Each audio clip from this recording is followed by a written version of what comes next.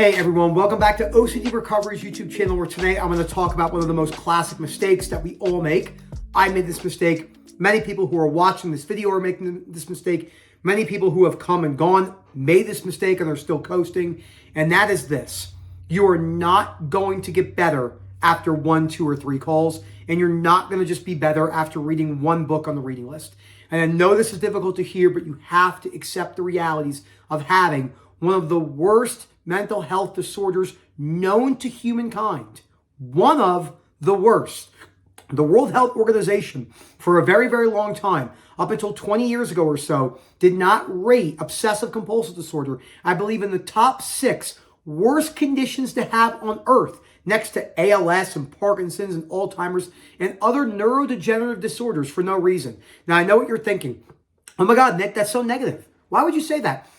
Accepting the realities of life is not negative. This does not. Look at my videos. Look how happy I am. Look how enthusiastic I am.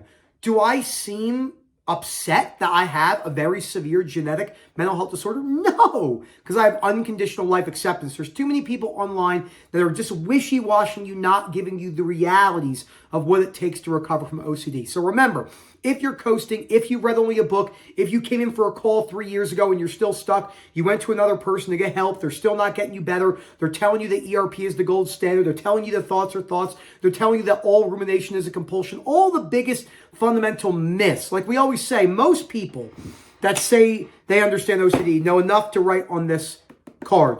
Most people who say they're experts, maybe 4 or 5 of these cards. But how much we know is all of that. Why? It's because we lived it, and I came out the other side of it. So I lived it day in and day out for years. Was in the mental hospital, as you all know. Did not want to be here anymore, and I had a very, very long, arduous journey with chronic OCD. So again, Phil at OCDrecovery.com. We can help you get better through the live experience, and we work all over the world, different time zones. We work in every time zone, and we can use translators if you need it. So what do I see at least 3 to 10 times a month from new people, just from me? They come in to buy a single and they want to see how things go. Nothing wrong with that. They get the information they need to get added to the WhatsApp groups and they never come back in again, ever. So I think I handle it. I think I know what's going on. I message them 6 months later. How are you doing? They're still chronically stuck because they're not putting the work in. What's another group of those people? They come in to do a 3-pack. They get 2 sessions in, they message me, hey man, you can give my call to someone else. I've got all the materials I need now. I'm good to go. No shot, no chance. Nope. 100% of these people, not 99, 100% will stay stuck. OCD does not go away on its own. OCD is resilient. Again, going back to the World Health Organization, rating it as one of the worst mental health disorders to have on earth. Up there with schizophrenia, bipolar, extreme split personalities. This is no walk in the park here. Now, it's a great disorder to have. I would much rather have OCD than many other disorders at the chronic level because there is some element of recoverability and hope. Are you saying, Nick, that if I have schizophrenia, there's no hope of getting better? You have to accept that with the fear of having a mental illness, etc. I'm not scared of any of this. Well, Nick, what if they could prove tomorrow that you have a different disorder that's unrecoverable? Makes no difference on my life whatsoever.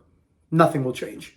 I will do what needs to be done to change my belief systems and my behaviors, compassion for myself while working on my habits over a long-term period of time. A long-term period of time.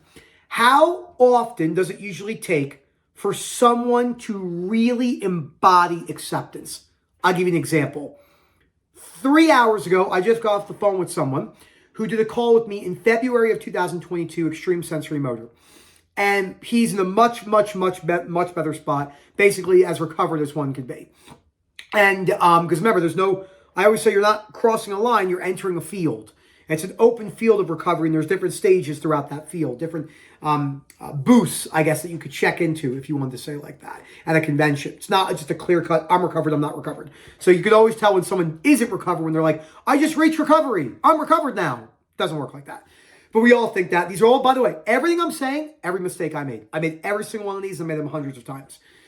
So you have to really think about how resilient this disorder is. It's going to feel as real as it can get.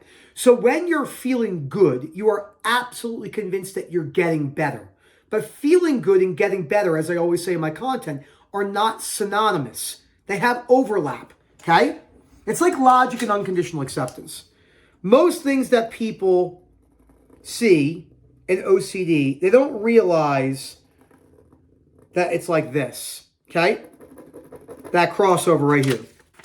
This would be logic and this would be unconditional acceptance. They're not the same thing. Logically, I know that I've never harmed someone in Chile on a vacation when I was drunk because I've never been there. That's logical. That's not unconditional. Because my brain just said, yeah, but you forgot you flew there. And you did. You actually took someone's life. No, I don't have any plane tickets or I checked my flight accounts. That's never going to work. That's never, ever, ever going to work. So you have to remember that logic and unconditional acceptance are not the same thing. So you have to realize that the other part is feeling better and getting better.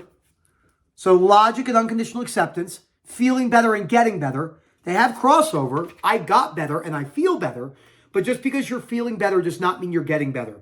The amount of people that have come in and talked to me after a third call and they're like, oh, I'm doing great now, I'm recovered, is basically zero. It's 0%. Anyone who's really worked on this for 3, 4, 5, 6 years, who've made a long-term robust recovery, they're not having ups and downs, they're not waxing and waning. How many accounts, the biggest OCD accounts out there are like, I'm recovered, I'm the one. Then they have like a 3-month relapse and they're in their bed and don't leave their house. That's not very motivating. I'm not putting them down. I feel bad. I wish I could help these people. But many people are not open-minded for various different reasons, and people are stuck in their old ways. So these people will stay stuck with OCD forever. I did not want to live like that. Now, in the beginning, I was very impatient and very adamant about, no, I'm going to come in here, do X amount of calls, and then that wasn't good. Eventually, I hit a breaking point after talking to Rob for about 7 to 9 months. I bought a 10-pack. I said, let's take it seriously. We're going to talk every week. Every single week we are going to talk, no matter what. Whatever it is, whatever is needed to get done, let's do it. I did another 10-pack after that. Spread them out more. And I probably did another 10-pack after that. I did probably total 45 calls over a 3-year period. Does everyone need 45 calls? No, but I was in the mental hospital, as I said, extremely stuck and almost housebound. I mean, that was a really bad case. Do most people need 10, 15, 20 calls over a 2-year period? Yes, they do. They do. And it's not... I know people are so weird about this. They're like, oh, that's a salesy tactic. It's not. You look at the people. It would be like you showing up to a personal trainer and saying, I want you to do 3 workouts this week, next week, the week after that, and I want to look like fucking Jay Cutler, Ronnie Coleman, and Arnold Schwarzenegger. It doesn't make any sense. Everything in life that we don't want to have, but we have, will require some sort of upfront cost. I have psoriasis on my legs. I have to pay for psoriasis cream. I have other issues that I have to deal with because of my psoriasis. I've had it for 20 years. Take my wife for an example. Her whole family has heart problems. They all have arrhythmias. Some of them have, a decent amount of them have AFib. She has to take precautions like that. Take women for an example. My wife's mom, my mother-in-law had breast cancer, I believe, at 40, so Erica needs to start her mammograms at 30. They want to do that preventatively. That will have an upfront cost. Things in life do not go our way. They require things. If you're a homeowner, there's going to be costs. Moved in my house, bought a house with my wife last year. We live in an area in Colorado. We have what's called hard water, which I believe is a lot of calcium and other minerals. So the water stains like a callousy white. And we had to buy a water softener right off the bat, $4,000. I'm like, amazing. I love living in a home. So everything's going to have pros and cons in that way. The reason why I'm telling you this is because you need to be realistic about the upfront costs, about putting in recovery. This is the reality of life, okay? People are weird about this stuff. I mean, I know why. It's rejection fears. It's uncomfortable. They've been running from hard conversations their whole life, and they don't understand vulnerability from a belief system perspective, so they just beat around the bush. Because people ask me all the time, how many calls does it usually take for someone to get better? I'm like, it's not a good question, but I can tell you that most people are more than 3 or 6. That doesn't mean you can't see progress in 6 calls or 9 calls, but are you recovered after, let's say you did, okay, so it would be 1 week, 2 weeks, 3 weeks, 4 weeks, every other, so 1, 2, so this is a month, every 3. So this is like 1.5, 1, 2, 3, 4, 5, 6, 7, 8. And then we did monthly. It's 2 months. So if someone bought a 10-pack, I usually do weekly for the first 4 weeks to see if they're making sure they're doing something. Every other week for 2. Every 3 weeks for a month and a half. And then every month this is if they're doing all the things properly. So we're looking at 5.5 months. So that's 5 to 6 months off a 10-pack. Okay? How many people in this, what I say, are robustly recovered at this state? 0. Zero. It's not even 1%. It's 0. That's just the reality. Like, I'm so passionate about telling people the realities of this journey. And you have to think about it like this. Let's say you do two 10-packs over a year. And then you sporadically came in like every 4 months for a checkup. Okay? So let's say you did a 20-pack, not all at once. You like broke them up. And you did that. And it cost you X amount of money. Okay? That money is worth 1,000-fold in the future. But how, Nick, is that possible?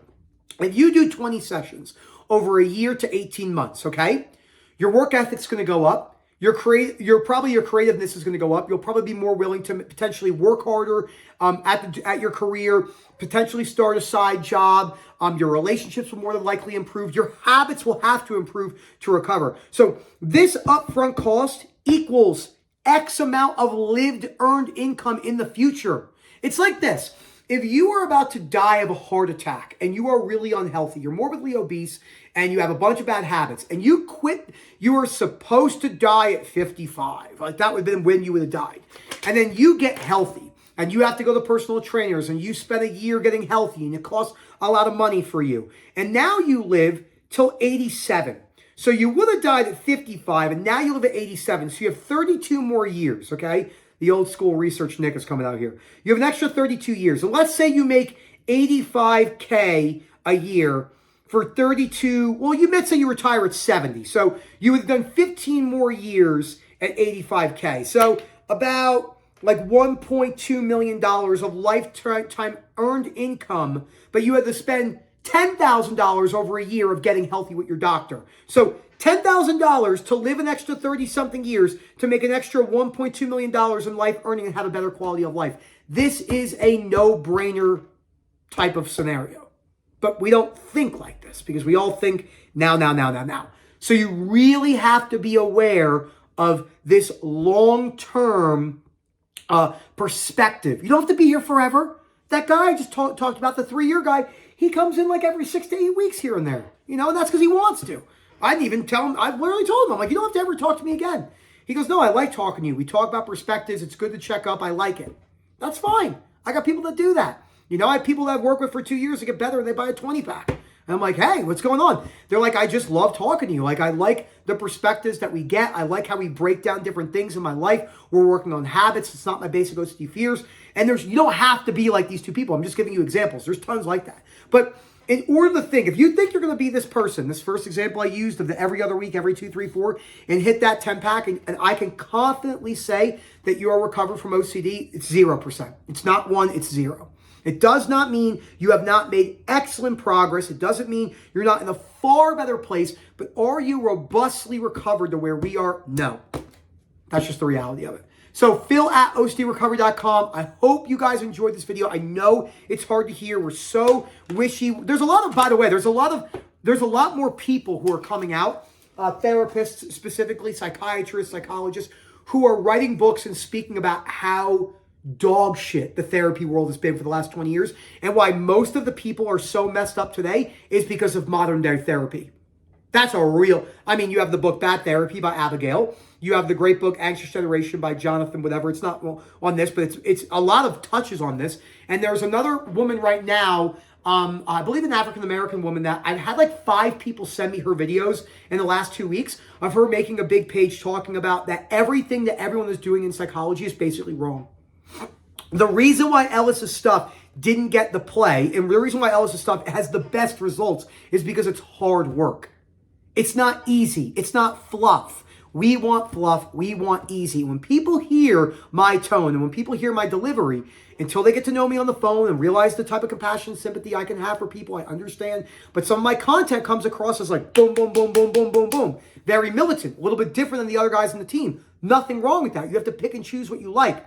But there's too much wishy-washy in this in psychology. There's too much wishy-washy with coaching. There's too much false belief systems being portrayed. And there's just constant, incorrect, bad information always being streamed.